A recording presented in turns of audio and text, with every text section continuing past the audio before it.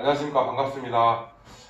우리가 지난 시간에 영업을 하는 방법, 그리고 약정을 하는 방법에 대해서 공부를 했었잖아요. 제가 그 약정하는 방법 중에 유족사건하고 그 심사청구에 대한 약정 방법을 빠뜨렸더라고요. 그에 대해서 좀 간단하게 말씀을 드리고, 그리고 오늘은 그 산재를 신청하는 방법, 그 절차, 그리고 뭐 작성하는 방법, 그리고 뭐 어디에 제출을 해야 되는지 근로복지공단 관할에 대해서 공부를 해보도록 하겠습니다. 우선은 제가 첨부 파일로 그 신청서를 몇 개 좀 올려놨어요. 그 자료를 출력을 하셔가지고 강의를 들으시면 도움이 될 것 같아요. 제가 거기에다가 기본적인 내용들을 좀 작성을 했거든요. 일종의 이제 샘플식으로 그거 보시면서 하시면 좋을 것 같고, 제가 이제 그 산재 신청에 대해서 오늘 강의를 할 건데, 각각의 신청 청구서별로 뭐 특색이 있고 언제 신청을 하고 뭐 어떻게 작성을 하고 어디에 제출을 하는지에 대한 공부를 하는데, 막연하게 이 신청서는 이렇게 작성합니다, 그래서 이렇게 제출합니다, 이렇게 하는 것보다 우리 여러분들이 이제 사건을 수임했다라는 어떤 생각으로 최초 산재 신청부터 일을 진행하신다는 생각으로 공부를 하시면 도움이 될 것 같아요. 상담부터 어떻게 약정을 하고 신청서 어떻게 작성해서 뭐 제출하고, 또 제출하려면 어떤 서류가 필요한지, 그리고 뭐 산재 승인이 됐으면 또 어떤 청구를 해야 되고 다음 단계가 무엇인지, 이렇게 시간의 흐름에 따라서 이렇게 해보도록 할게요. 그래야지 좀 이렇게 이해가 빠르고 좀 피부에 와닿을 것 같거든요. 저는 개인적으로 나름대로 생각을 해봤어요. 어떻게 강의를 해야 우리 여러분들이 얼른 좀 이해를 하고 와닿을 수 있을까. 그래서 생각한 게 그거거든요. 그러니까 가령 그거죠. 일종의 시뮬레이션. 그러니까 우리가 이제 사건 수임했다 생각하고 그렇게 이제 해보시는 거예요, 실제로. 그렇게 이제 강의를 해볼 생각이고요. 그 전에 이제 뭐 유족 사건 관련해가지고 얼른 간단하게 말씀드릴게요. 그리고 심사청구는 제가 나중에 심사청구 파트가 따로 있거든요. 이의제기에 대한 파트, 그때 이제 자세하게 하기로 하고, 약간 좀 차이가 있으니까. 유족 사건 같은 경우에는 일반 산재하고는 조금 달라요. 왜냐하면 산재는 승인되면 치료를 받잖아요. 그런데 유족은 이미 돌아가셨어요. 사망을 산재로 인정해주라 라는 취지이기 때문에, 이게 이제 유족이 산재로 승인이 되게 되면 국가에서는 연금으로 보상을 해줍니다. 원칙이 연금으로 보상을 해줘요. 물론 수급권자가 없는 경우에는 일시금으로 받는 경우도 있어요. 뭐 극히 드물긴 한데 그렇게 뭐 지급을 하는 방법도 있어요. 그러면 이제 우리는 약정을 어떻게 해야 되냐면, 일시금 유족 일시금 기준 일수가 있어요. 그게 이제 1,300일분이라는 기준 일수가 있거든요. 그 일수를 기준으로 해가지고 우리가 약정을 해야 돼요. 가령 이분이 이제 평균 임금이 10만 원이에요. 근데 일시금 기준 일수가 1,300일이라 했잖아요. 그럼 둘이 곱해요. 1억 3천에 나오죠. 산재 승인되면, 유족 승인되면 이 일시금 기준으로 1억 3천이다. 여기에 대해서 10% 내지는 20% 이렇게 약정을 하는 겁니다. 물론 수급권자가 있는 경우에는 순위별로 이렇게 있거든요. 수급권자 있는 경우에는 연금으로 지급이 될 거예요. 물론 일시금으로 지급은 안 돼요. 하지만 약정에 있어서는 일시금 기준으로 약정을 합니다라고 이제 우리 그 고객에게 그렇게 이제 설명을 드려야겠죠. 물론 이제 고객 입장에서는 연금이 원칙인데 전액을 연금으로 받을 수도 있고, 1,300일 분에서 절반은 일시금, 절반은 연금을 선택하는 또 방법은 있습니다. 이제 그런 부분들은 뭐 유족 파트에서 하기로 하고, 우리가 유족 사건 약정을 할 때는 그 1,300일분 일시금 기준으로 몇 프로, 10% 내지 15% 이런 식으로 이제 10%를 하든 15%를 하든 그건 이제 우리 여러분들 사안에 따라서 하시면 될 것 같고요. 그리고 이제 유족 승인이 되면 장입이, 우리 돌아가시기 때문에 장제를 실행할 거 아니에요. 그 이제 장례 실행을 하는데 거기에 따른 또 장제비도 지급이 돼요. 그것도 이제 그 일수가 있어요. 며칠분을 줍니다, 이런 게 있어요. 평균 임금에 며칠분 이런 게 있거든요. 120일분을 줘요. 그러면 이제 보통 약정할 때 아까 유족 1300 그리고 장제비 120일분 합쳐서 1420일분이 되잖아요. 여기에 대해서 이제 뭐 몇 프로 이렇게 하는 경우도 있는데 이제 뭐 저 같은 경우는 장례비에 대해서는 약정을 잘 안 해요. 그렇게 하신 분도 있어요. 왜냐하면 이제 장례비는 어떻게 보면 또 실비의 개념일 수도 있으니까 굳이 우리가 뭐 거기까지 뭐 이렇게 건들 필요는 없을 것 같고, 그리고 이제 제가 누차 말씀드리지만 우리 행정사법은 뭔가 좀 저렴한 비용으로 국민들에게 이렇게 다가가야 되는 어떤 좀 숙명을 안고 태어난 그런 좀 자격사잖아요. 거기에 좀 맞춰가지고 하시면 좋을 것 같습니다. 그러니까 이제 유족 사건은 약정은 그렇게 하시면 돼요. 일시금 기준 1300의 1 기준으로 해가지고 몇 프로 이런 식으로요. 유족 승인되면 주십시오. 이렇게 아시겠죠? 이렇게 하시면 될 것 같습니다. 그리고 이제 산재를 신청하는 방법에 대해서 이제 공부를 할 건데, 이 산재는 그 몇 가지의 그 신청 청구서가 있어요. 가령 뭐 요양급여 신청서, 휴업급여 청구서, 요양비 청구서, 유족급여 청구서, 장애급여 청구서, 간병급여 청구서, 그리고 뭐 전원 신청서, 병행진료 신청서, 추가 상병 신청서, 뭐 한 8, 9가지 되나요?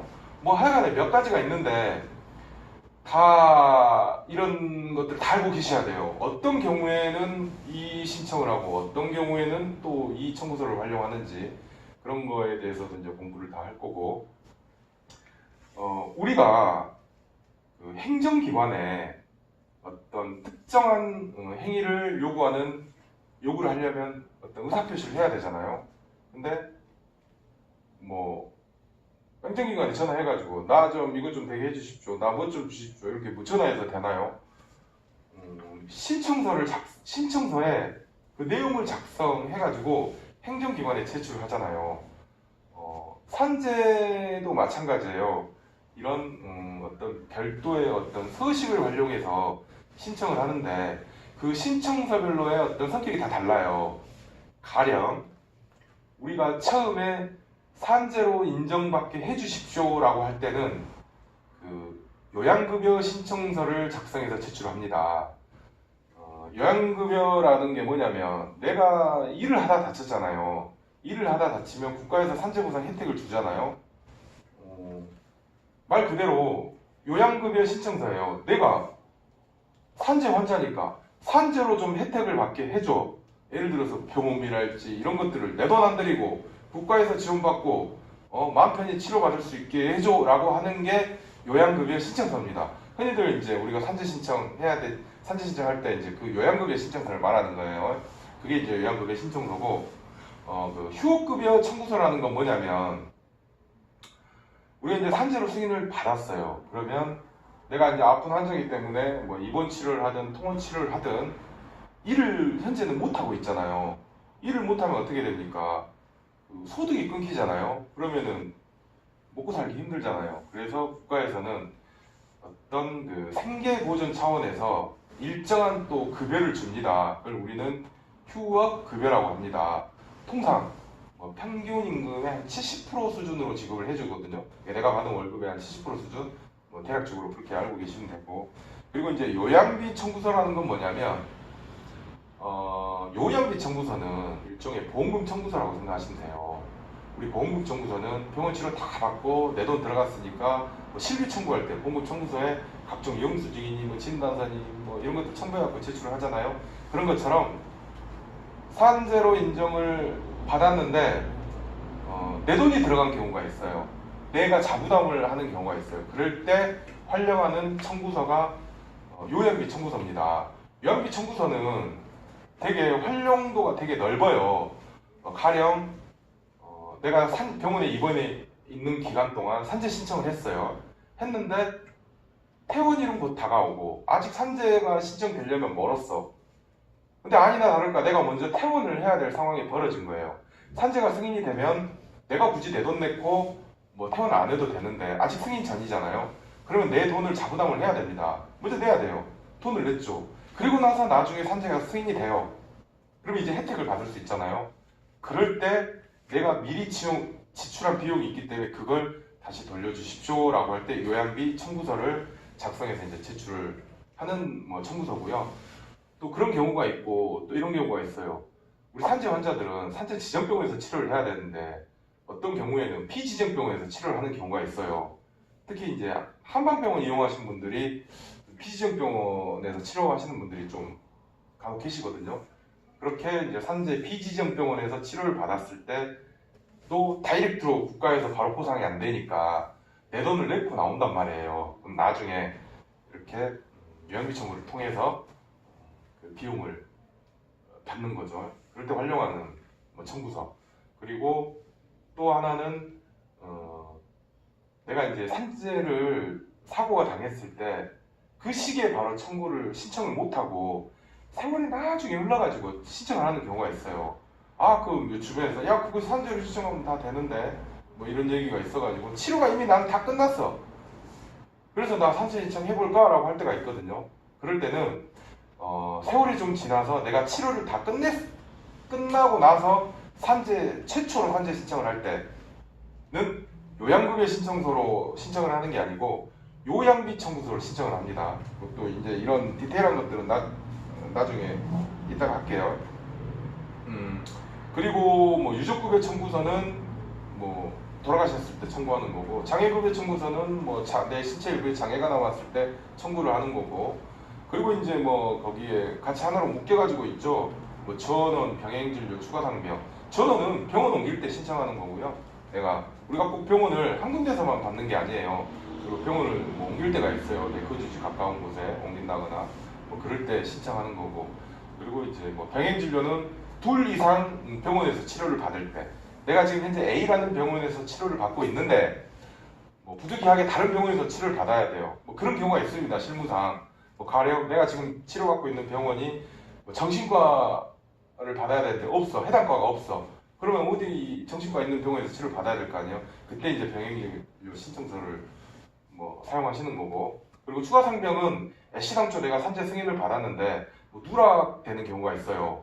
그리고 나중에 치료받다가 병명이 추가되는 경우가 있어요. 그럴 때 활용하는 신청서고, 각각의 이제 신청서, 청구서별로 이런 그 나름의 성격, 뭐 특성이 있다라는 걸 좀 알고 계시면 되고요. 그리고 이제 각 신청서를 잘 보시면 어떤 거는 신청서고 어떤 거는 청구서잖아요. 이 신청과 청구의 차이가 뭘까요? 뭐 사실 저도 명확하게는 사실 몰라요.